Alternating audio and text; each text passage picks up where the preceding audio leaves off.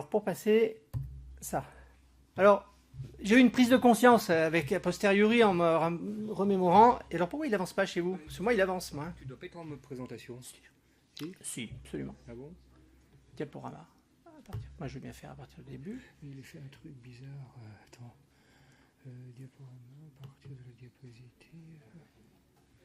Faut que je mette là-dessus. Si je viens là, ça le fait mieux? Non, c'est pareil. Hein. Si je reviens là, je reviens sur l'ancien. C'est bizarre ça. Attends. Ah, là le gaillard de la situation. Là.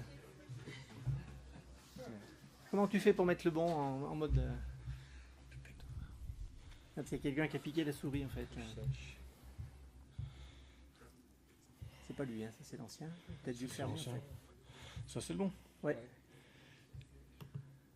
Il faut que tu fasses quoi en fait? C'est ce qu'on a fait.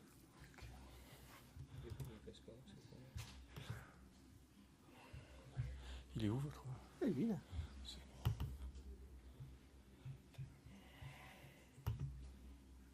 Voilà, ça va marcher là. Non, c'est bon. Voilà, donc ma prise de conscience, en fait, ça a été plusieurs événements. Les vasectomies, pour moi, c'est un acte simple. Je les faisais en consultation.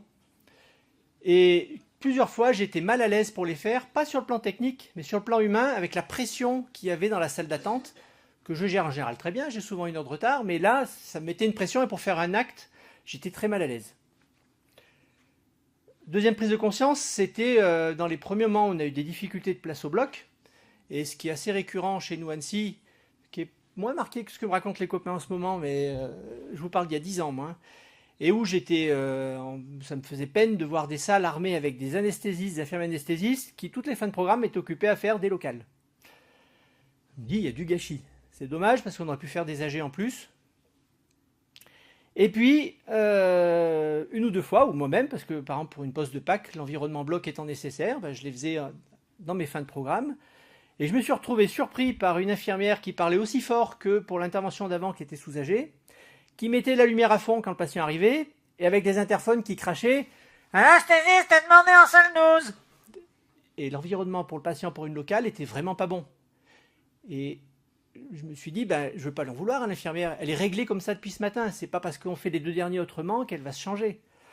Et je me suis dit, il y a quand même quelque chose à faire pour que les gens y prennent conscience, et peut-être c'est de dissocier complètement ce type d'activité. Et donc la réflexion, ça a été, quelle est la perception d'un bon environnement pour l'anesthésie locale, vu du patient, vu du chirurgien, et vu de l'institution et des décideurs de l'institution.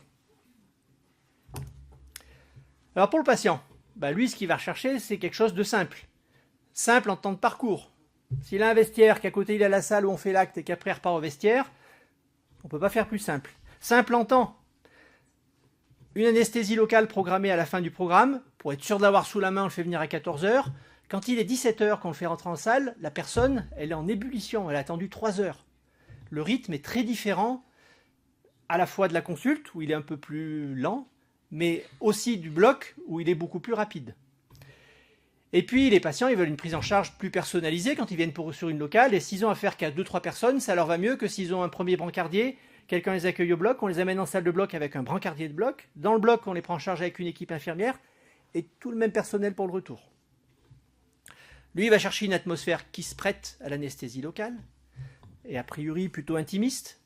Quand on se fout à poil et qu'on est conscient, on aime bien que ça soit dans un truc fermé, on sait qu'il n'y a personne autour. Une atmosphère propice à l'hypnose.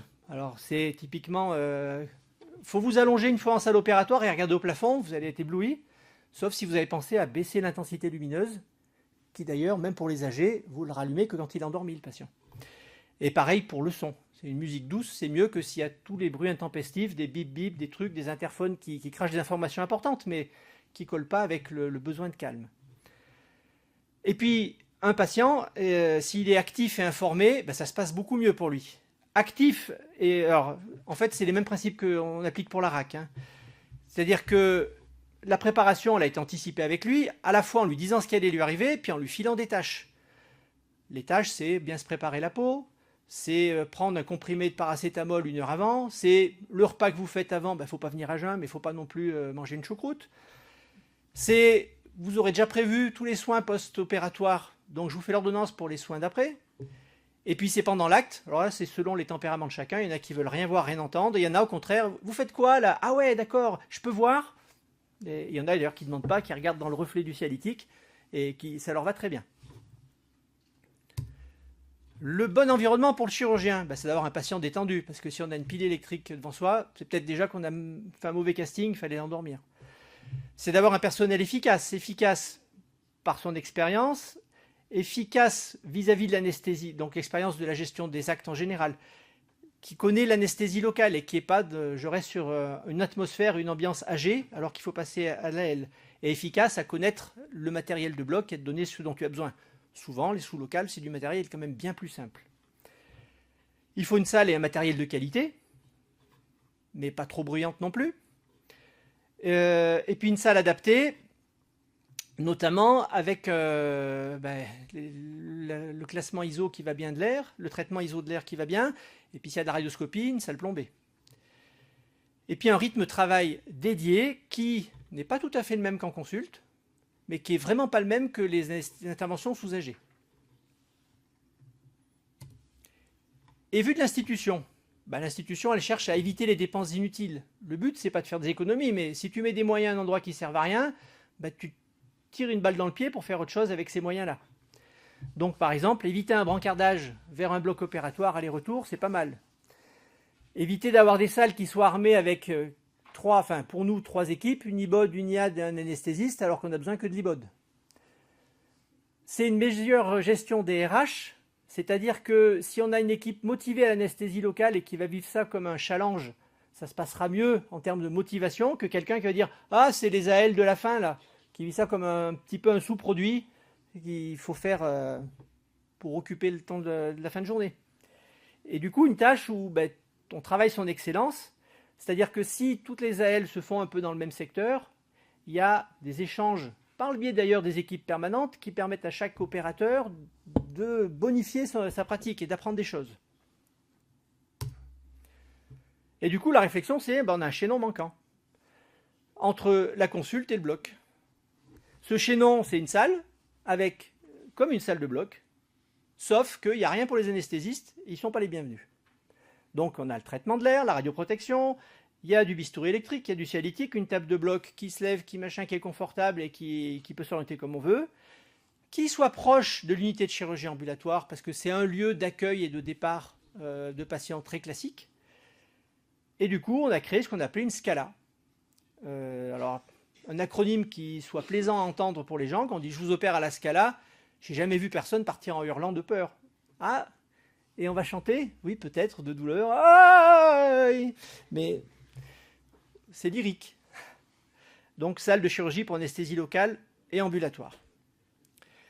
Et la réflexion, ça a été de dire, on va mettre l'adéquation des moyens, sans dire on a un élément financier qui nous guide, mais juste des moyens avec du bon sens, entre une salle de consulte, la Scala, la salle de bloc, et les actes qu'on avait dissociés en 3 catégories. Ceux qui sont les actes dits externes, qui justifient, alors c'est ceux qui sont avec le SE le plus souvent, ou qui n'ont pas besoin d'un environnement bien particulier. Les actes qui peuvent être faits sous AL, mais qui n'ont pas besoin de l'anesthésiste, mais qui justifient d'un environnement de bloc. Typiquement, la pose de Pâques, la postectomie, ça doit être ceux pour lesquels il y a le truc 4, là, pour le... Et ceux qui sont avec anesthésiste, parce que là, forcément, c'est dans le bloc. Et dans un monde idéal, c'est comme ça. Les actes externes, une section de frein, tu l'as fait à la consulte. À la Scala, tu vas faire des actes sous-local qui nécessitent un environnement bloc, mais pas d'anesthésiste. Et au bloc, tu fais tout ce qu'il fait avec l'anesthésiste. Il faut à tout prix éviter ça, c'est-à-dire d'aller faire au bloc des trucs que tu feras en salle de consulte. Donc une section de frein au bloc sous-local, tu consommes sacrément des moyens pour un truc qui ne le justifie pas. Les actes externes en salle de bloc, tu peux le faire, mais... Oui, non, excusez-moi. Le rouge, c'est tu ne vas pas aller endormir quelqu'un en salle de consulte. L'orange, c'est tu peux le faire, mais alors tu fais du mal sur le plan des moyens consommés par rapport à ce dont tu as besoin. Et à la rigueur, parce qu'il faut de la souplesse dans le fonctionnement, tu peux te dire que tu fais des actes externes dans ce cas-là. Bon, tu as une salle qui est très bien équipée pour ça, et pourquoi pas. Et qu'il y a des actes d'environnement bloc. Si ça passe mieux, parce que dans ton programme, tu as des trous au bloc, et Si c'est trop récurrent, on va te dire, mais t'es mal organisé, mon gars, il faudrait que tu aies une plage de Scala et tu laisses tomber ta plage de bloc. Si c'est de temps en temps, ça peut se comprendre pour la souplesse. En pratique, ça ressemble à quoi? On est à côté de la chirurgie ambulatoire. Alors ça, c'est notre Scala actuel. Donc, avec un espace d'attente, l'arrivée se fait en haut de l'écran. Juste à côté, un vestiaire. Les patients, ils vont se changer, se mettre sous leur chemise. Et la salle de chirurgie, elle est vraiment juste à côté. Avec un sas pour faire rentrer l'opérateur, avec un bac pour se laver les mains, pour se changer. Et un sas pour faire rentrer le patient. Et donc, il a ce chemin-là à faire. Ça fait bien peut-être 35 mètres, pas plus. La porte ouverte, c'est le vestiaire. La porte double, c'est la Scala, mais c'est pas par là qu'on passe parce que le sas est sur le côté. Mais c'est pour vous dire que c'est vraiment juste à côté du vestiaire. Quand on est dans le vestiaire, c'est comme à la pistoche. On rentre se changer, on met ses affaires dans son casier et on est prêt. La salle, voilà à quoi elle ressemble. Une salle de chirurgie. Et quand elle est habitée, voilà ce que ça donne. Donc ça, c'est un collègue ORL, je ne sais pas ce qu'il fait comme geste. On a un cialytique, un bistouri. Vous voyez au fond, on a une machine de lec. Donc on les fait là. À des moments, on fait la lec parce que c'est là une salle plombée. Et vous avez une collaboratrice. Alors la question, parce qu'il n'est de richesse que d'hommes, si vous avez juste les locaux, vous ne pouvez pas faire grand-chose. Alors, quel collaborateur? Eh bien, on a choisi, nous, de prendre les personnels de l'unité de chirurgie ambulatoire. Parce que c'était des gens qui étaient naturellement sensibles à la gestion des rendez-vous, à la gestion du rythme de ce type d'acte. Et donc, il y a une infirmière diplômée d'État. Donc, il y en a parmi l'équipe d'ambulatoire 3-4 qui se sont formés au métier d'IBOD. Alors, un métier d'IBOD un peu plus simple parce qu'elles n'ont pas des tonnes de matériel à gérer. Par contre, elles ont une spécificité dans la gestion du patient, son accueil, qui va donc gérer la salle, le planning, et qui fait un appel de la veille comme pour tout ambulatoire. Une aide-soignante qui, elle, en fait, est le pendant extérieur. Et l'aide-soignante, elle accueille les gens, elle les fait changer, elle les amène au SAS. Et quand c'est fini, elle vient les récupérer au SAS et les ramène au vestiaire. Elle s'occupe également du matériel. Et la secrétaire, qui s'occupe de tous les comptes rendus, de donner les papiers. Mais en pratique, si on a bien fait, on a anticipé, il n'y a que le compte rendu opératoire.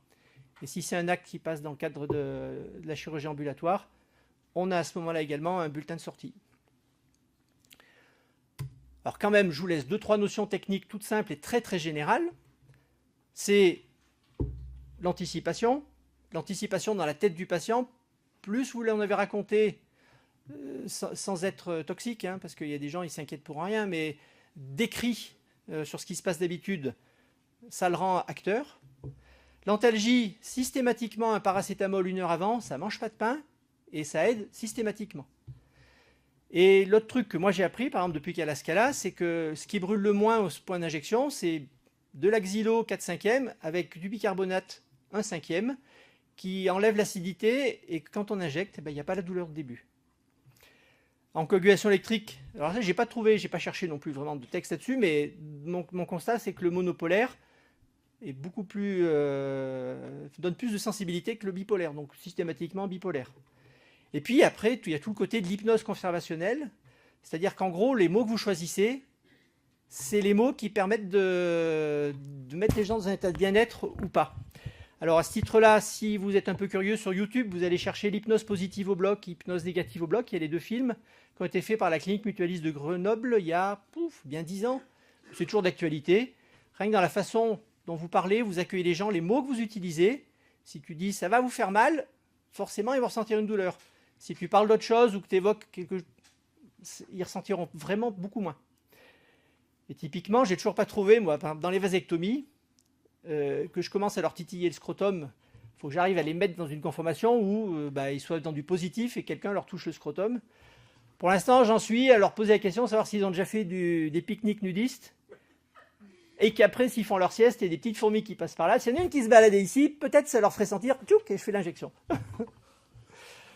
Mais si vous avez de meilleures idées, je suis preneur au repas du soir.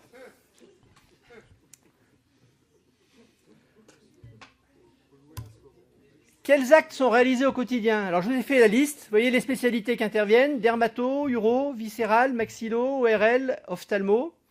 Et j'ai mis un peu plus de détails pour l'urologie, avec en bleu ce qui était dans le cadre de l'unité de chirurgie ambulatoire, donc un séjour ambulatoire avec un GHS, et en noir ce qui était un acte simple, éventuellement avec un SE, mais pas forcé. Sachant qu'on a exclu, nous, de ce qu'on fait à la Scala, ce qui se fait à la consulte, les biopsies de prostate, parce qu'on a déjà une zone équipée pour ça, et les fibroscopies, les ablations de Gigi. Et que, par exemple, vous voyez, il n'y a pas les gynécos. Parce que les gynécos, ils ont déjà une salle de consultation où ils font leurs hystéroscopies, où ils font des petits actes, et ils n'avaient pas de besoin parce qu'ils n'ont pas d'intermédiaire entre ces petits actes et ce qui se fait sous AG. Donc, pour l'urologie, on se retrouve à faire, un peu comme tous les chirurgiens, des postes de Pâques, des ablations de Pâques, les vasectomies, dès qu'on a un changement de sonde surbricaire et qu'on a besoin de radioscopie, des changements de néphrostomie pour la radioscopie, des changements de Gigi sous-local, essentiellement chez les femmes, les postectomies, alors beaucoup plus souvent chez les gens âgés qui ont peur de l'anesthésie générale, alors que les jeunes, ils ont peur d'avoir mal. Donc eux, ils vont plutôt au bloc. Des cures d'hydrocèle, pareil, plutôt les gens âgés et plutôt ceux qui sont des candidats à des plicatures que pour une résection, ça sera un peu long. Les kystes de l'épididyme, ablation de cathédialyse péritonéale, section de frein, des coups de laser au CO2, puis la lithotrécie. Excuse-moi, tu fais des cures d'hydrocèle sur local pur? Oui, à la Scala. Est-ce qu'il y en a d'autres qui en font? Non. Oui, on est deux.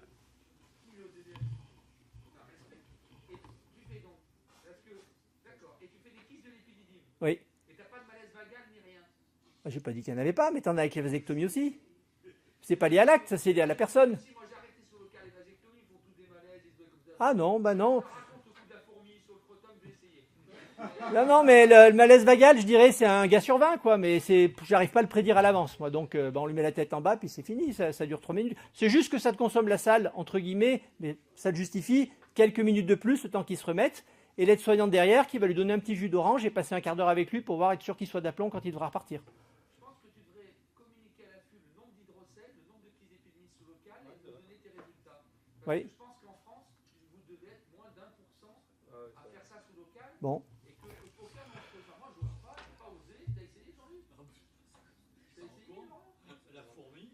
Quand tu nous fais un topo, la fourmi à la Scala et On va y penser, mais d'accord. Tu vois qu'il y a un topo technique. Et pour notre futur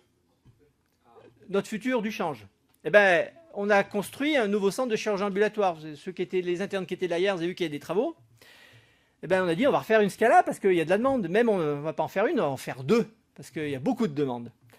Avec son entrée propre, en proximité de l'UCA, avec les mêmes conditions de personnel qui vont la faire tourner. Et je vous ai mis quelques photos. Donc là, vous avez le change tel qu'il est déjà, parce qu'il y a encore des zones de travaux, mais ça va bientôt être livré. Et le bâtiment qu'on aperçoit le plus proche de moi, avec la grande barre jaune, c'est le bâtiment de chirurgie ambulatoire, avec son entrée propre, là où il y a les baies vitrées. Voilà, vu de plus près. Et là où il y a le bloc jaune en haut, vous allez le retrouver sur le plan après, ça sera la zone d'accueil à l'étage. Et bien la Scala, juste à côté de la zone d'accueil. Donc on arrive à l'accueil, et si on place dans un contexte un peu plus général, l'accueil, la Scala, de l'autre côté, vous avez la chirurgie ambulatoire, la SSPI et les blocs de chirurgie ambulatoire. Donc tout ça va être dans un ensemble proche, mais la Scala aura son circuit propre à elle, propice à je rentre, je ressors. Et si jamais il y a besoin d'un acte sous anesthésie locale, mais de surveillance avec quelqu'un qui a besoin d'être allongé, ben, c'est pas difficile. On va aller juste à côté en ambulatoire. Merci pour votre attention.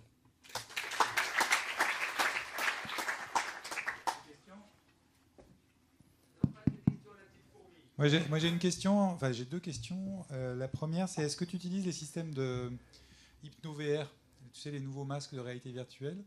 Parce qu'on les utilise là depuis quelques semaines. Et c'est remarquable par rapport justement à l'aide à l'hypnose dans des salles de consulte classiques. Et alors notamment sur tout ce qui est l'angoisse des patients et justement ceux qui font les fameux malaises vagos, je pense que c'est peut-être une petite aide. Alors, je l'ai utilisé, mais alors à titre personnel, parce que j'ai été opéré sous rachis au mois de février. Ils m'ont mis un voyage dans la campagne avec des cloches de vache. Et j'ai passé un moment extraordinaire. Donc c'est vraiment fabuleux. Mais je l'ai essayé avec des patients. Et en pratique, alors c'est plus délicat quand on fait des postes de Pâques parce qu'on est à côté, il y a tout le bazar. Et puis après, c'est sur la durée. Si tu pars pour un geste très court, il y a un minimum de temps de voyage à faire. Ouais, ça. Et ça peut être le frein. Donc pour l'instant, on n'y a pas été plus dans le terme de la Scala. Ça sera peut-être à réfléchir. Et on l'utilise au bloc, par contre, sur des gestes qui durent 1 heure, 1 heure et demie, avec quand il y a une rachianesthésie, donc des gens ou un bloc du bras, surtout en orthopédie essentiellement. D'accord. Il y a des gens qui utilisent l'hypno-VR là parmi vous? Mais c'est un bel outil. Hein. Non, enfin, voilà, je n'ai pas de lien d'intérêt avec eux, ça coûte pas très cher et ça a l'air d'être pas mal. Vas-y. Bah viens là, parce qu'après je crois que tu parles.